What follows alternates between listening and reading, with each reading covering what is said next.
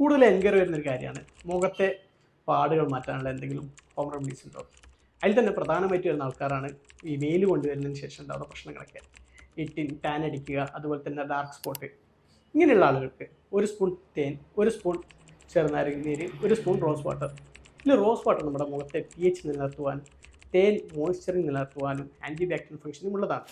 ഇതിൽ ചെറുനാരങ്ങ നീര് നല്ലൊരു ബ്ലീച്ചിങ് ആയിട്ടും ക്ലെൻസിങ് ഏജൻ്റായിട്ട് വർക്ക് ചെയ്യുന്ന കാര്യമാണ്.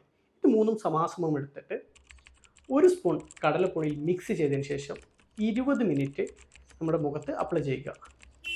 അതിനുശേഷം ഇളം ചൂടുവെള്ളം കൊണ്ട് കഴുകിയെടുക്കുക. ഇങ്ങനെ ആഴ്ചയിൽ 3-4 തവണ ചെയ്യുകയാണെങ്കിൽ നമ്മുടെ ഡാർക്ക് സ്പോട്ട്, ടാൻ, അതുപോലെ തന്നെ വെയിൽ കൊണ്ടുണ്ടാകുന്ന മറ്റു പ്രശ്നങ്ങളൊക്കെ പൂർണ്ണമായിട്ട് മാറ്റിയെടുക്കാം.